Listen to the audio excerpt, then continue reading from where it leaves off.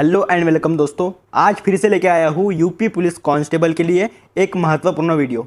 तो दोस्तों मैं आपको एक गारंटी देता हूँ कि ये वाला वीडियो आपको बहुत अच्छा लगेगा। तो हम सभी प्रश्न के ऊपर एक्स्ट्रा जानकारी भी निकालेंगे, ठीक है, मतलब एक्स्ट्रा पॉइंट भी निकालेंगे। तो पहला हमारा क्वेश्चन देखते हैं, भारत में पहला कृषि विज्ञान केंद्र कहाँ स्थापित हुआ था?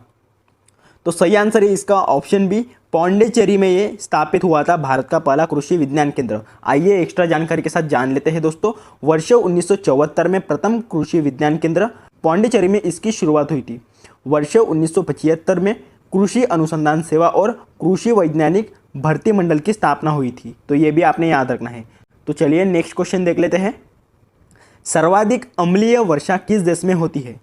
तो सही आंसर है नॉर्वे इस देश में होती है दोस्तों सर्वाधिक अम्लीय वर्षा। तो ये चारों ऑप्शन से इनकी राजधानियां देख लेते हैं।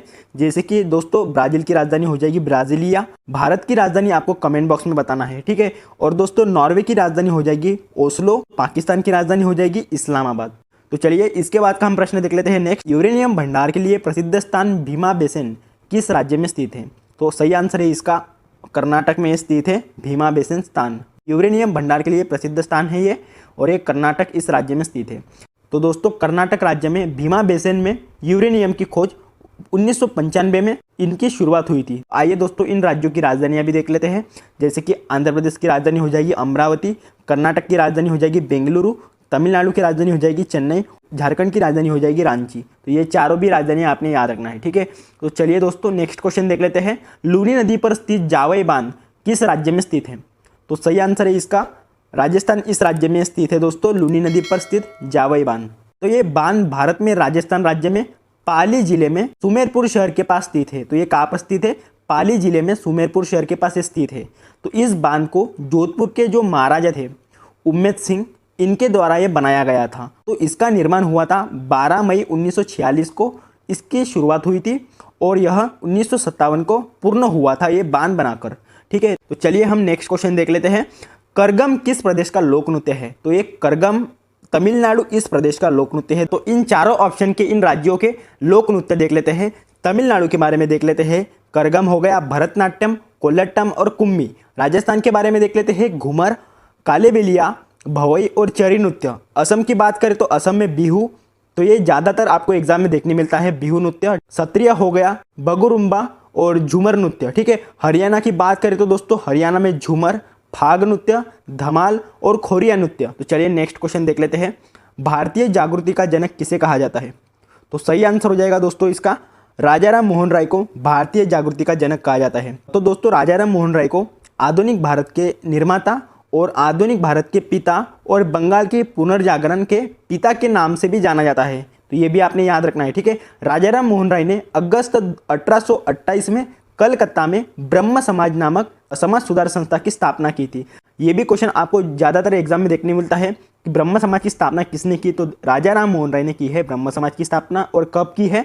1828 में इसकी स्थापना की है राजा राम मोहन राय ने। नेक्स्ट क्वेश्चन देख लेते हैं। जम्मू कश्मीर में उरी बांध किस नदी पर स्थित है? तो ये दोस्तों उरी बांध है, ये ऑप्शन डी झेलम नदी पर स्थित है उरी बांध। तो आइए एक्स्ट्रा पॉइंट के साथ जान लेते हैं। जैसे कि दुलहस्ती बांध चिनाब नदी पर स्थित है। यह जम्मू और कश्मीर के किश्तवाड़ जिले में स्थित है, और यह 390 मेगावाट क्षमता का पन बिजली ऊर्जा संयंत्र है। तो ये भी आपने याद रखना है, ठीक है दोस्तों। और उरी बांध की हम बात करें तो उरी बांध ये झेलम नदी पर स्थित है।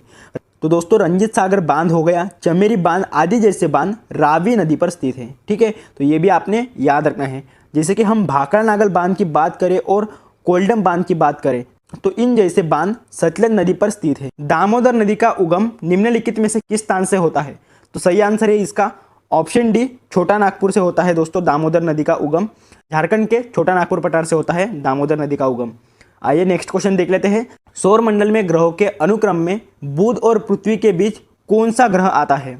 तो सही आंसर हो जाएगा दोस्तों इसका शुक्र ग्रह आता है सौर मंडल के ग्रहों के अनुक्रम में बुध और पृथ्वी के बीच। इस वाली इमेज में देख सकते हैं, तो ये है पृथ्वी और ये है बुध ग्रह के बीच, जैसे कि ये शुक्र ग्रह आता है। तो हमारे सौर मंडल में टोटल 8 ग्रह होते हैं, जैसे कि बुध हो गया, शुक्र हो गया, पृथ्वी, मंगल, बृहस्पति यानी गुरु, शनि, अरुण और वरुण। अगर आपको ऐसा क्वेश्चन पूछा जाए कि सबसे छोटा ग्रह कौन सा है, तो सबसे छोटा ग्रह है बुध ग्रह, यह सबसे छोटा ग्रह है। स्टार्टिंग वाले जो 4 ग्रह है तो इसे आंतर ग्रह कहा जाता है, और ये लास्ट वाले जो 4 ग्रह है तो इसे बाह्य ग्रह कहा जाता है। तो ये भी आपने याद रखना है, ठीक है। कई बार एग्जाम में देखने मिलते हैं ये वाले क्वेश्चन, और सबसे बड़ा ग्रह आपको कमेंट बॉक्स में जरूर बताना है। तो चलिए नेक्स्ट क्वेश्चन देख लेते हैं हम। निम्नलिखित में से मध्य प्रदेश का कौन सा शहर शिप्रा नदी के तट पर बसा हुआ है? तो सही आंसर इसका उज्जैन, यह शहर शिप्रा नदी के तट पर बसा हुआ शहर है। मध्य प्रदेश में उज्जैन भारत के सबसे पवित्र शहरों में से एक शहर है। शिप्रा नदी चंबल नदी की एक सहायक नदी है। अगर आपको ऐसा क्वेश्चन पूछा जाए कि यमुना नदी के तट पर स्थित 7 शहर कौन से हैं, जैसे कि प्रयागराज, कौशाम्बी, हमीरपुर, बटेश्वर, आगरा, वृंदावन और मथुरा, तो ये 7 शहर यमुना नदी के तट पर बसे हुए शहर है। राप्ती नदी के तट पर स्थित 2 शहर कौन से हैं? गोरखपुर और बरहज, तो ये शहर राप्ती नदी के तट पर बसे हुए शहर है। तो जैसे कि दोस्तों गोमती नदी के तट पर 3 शहर बसे हुए हैं, जैसे कि जौनपुर हो गया, सुल्तानपुर और लखनऊ, तो ये 3 शहर गोमती नदी के तट पर बसे हुए शहर है। उसके बाद ये दोस्तों सरयू नदी के तट पर बसे हुए 4 शहर हैं, जैसे कि अयोध्या हो गया, गोला, बडलगंज और बरहज, तो ये सरयू नदी के तट पर बसे हुए 4 शहर हैं। हीराकुंड जल विद्युत परियोजना किस नदी पर स्थित है? तो इसका सही आंसर हो जाएगा ऑप्शन सी, महानदी पर स्थित है हीराकुंड जल विद्युत परियोजना। हीराकुंड बांध परियोजना एक बहुउद्देशीय योजना है जिसका उद्देश्य बाढ़ नियंत्रण, सिंचाई और बिजली उत्पादन है। महानदी के ऊपर बनाया गया एक बांध है ओडिशा, इस राज्य में हीराकुंड बांध। एक्स्ट्रा इन्फॉर्मेशन देख लेते हैं। श्रीशैलम बांध, तो ये आंध्र प्रदेश और तेलंगाना की सीमा पर है और ये कृष्णा नदी पर बनाया गया है। उसके बाद है नागार्जुन सागर बांध, तो ये आंध्र प्रदेश और तेलंगाना सीमा पर है और ये कृष्णा नदी पर है। अलमट्टी बांध ये कर्नाटक इस राज्य में है, ये कृष्णा नदी पर है। धोम बांध महाराष्ट्र में है, कृष्णा नदी पर है। बबली बांध महाराष्ट्र में है, ये गोदावरी इस नदी पर है। उसके बाद है दोस्तों जायकवाड़ी बांध, महाराष्ट्र इस राज्य में स्थित है और ये भी गोदावरी इस नदी पर स्थित है। उसके बाद है पोलावरम बांध, आंध्र प्रदेश इस राज्य में स्थित है और ये भी गोदावरी नदी पर स्थित है। उसके बाद देखते हैं दोस्तों दुधवा बांध, तो ये छत्तीसगढ़ इस राज्य में है, ये महानदी पर स्थित है। कृष्णा राजा सागर बांध, तो ये कर्नाटक इस राज्य में है और ये कावेरी नदी पर है। मेट्टूर बांध ये तमिलनाडु इस राज्य में है और ये कावेरी इस नदी पर है। ऊपरी एनीकट बांध, तो ये तमिलनाडु इस राज्य में है और ये कावेरी इस नदी पर बनाया गया है। उसके बाद है दोस्तों राणा प्रताप सागर बांध, राजस्थान इस राज्य में है और चंबल नदी पर बनाया गया है ये राणा प्रताप सागर बांध। तो चलिए नेक्स्ट क्वेश्चन देख लेते हैं। हर साल हाथी महोत्सव इनमें से किस जगह में मनाया जाता है? तो जयपुर में मनाया जाता है ये हाथी महोत्सव। जयपुर को पिंक सिटी भी कहा जाता है, तो ये भी आपने याद रखना है। नेक्स्ट क्वेश्चन देख लेते हैं। आधुनिक आवर्त सारणी की खोज किसने की थी? तो सही आंसर हो जाएगा दोस्तों इसका ऑप्शन बी, दामित्री मेंडलीफ ने की थी आधुनिक आवर्ती सारणी की खोज।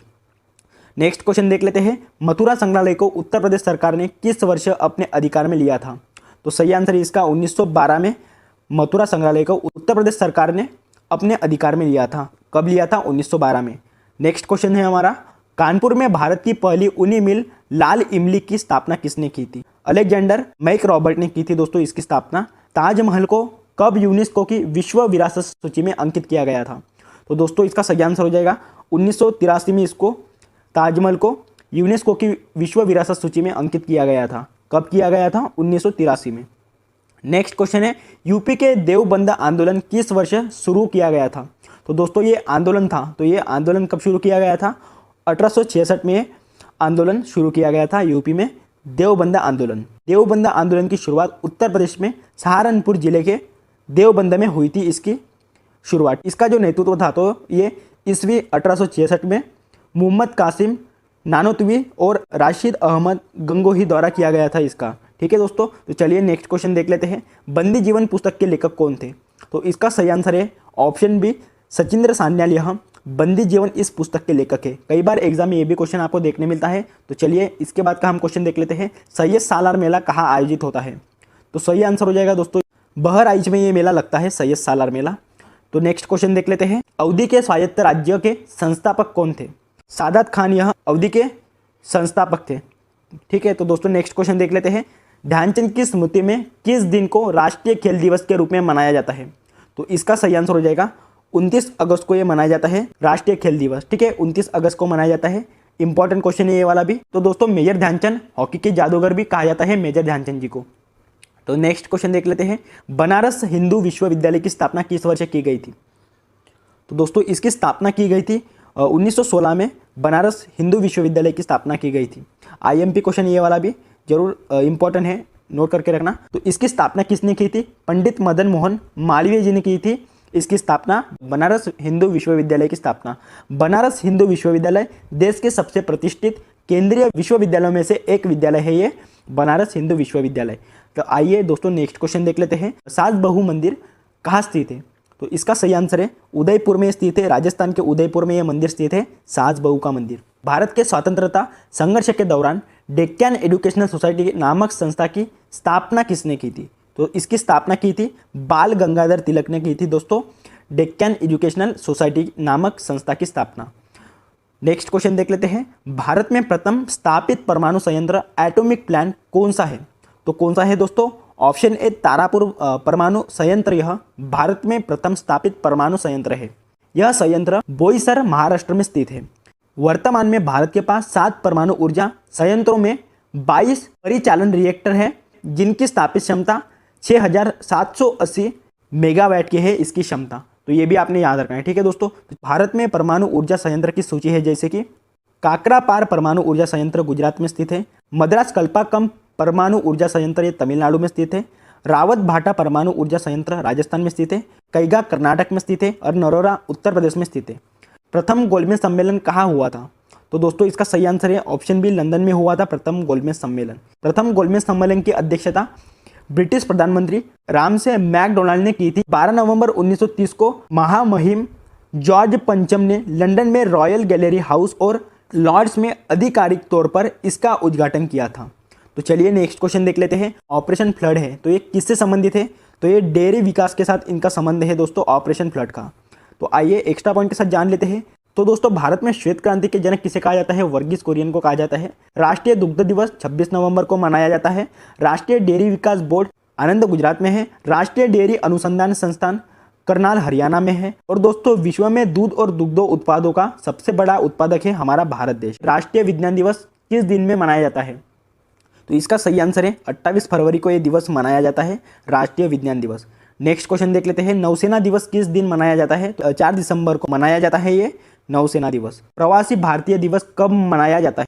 9 जनवरी को ये मनाया जाता है प्रवासी भारतीय दिवस। प्रवासी भारतीय दिवस हर साल 9 जनवरी को भारत के विकास में विदेशी भारतीय समुदाय के योगदान को चिन्हित करने के लिए यह दिवस मनाया जाता है, प्रवासी भारतीय दिवस। यह 9 जनवरी 1915 को दक्षिण अफ्रीका से महात्मा गांधी की भारत वापसी की भी याद दिलाता है ये प्रवासी भारतीय दिवस। और 2003 में स्थापित इस दिन हर साल विदेश मंत्रालय द्वारा समारोह आयोजित किया जाता है। तो दोस्तों आई होप कि ये वाला वीडियो आपको अच्छा लगा होगा, तो जरूर चैनल को सब्सक्राइब करना, लाइक करना और शेयर करना अपने भाई बहन के पास।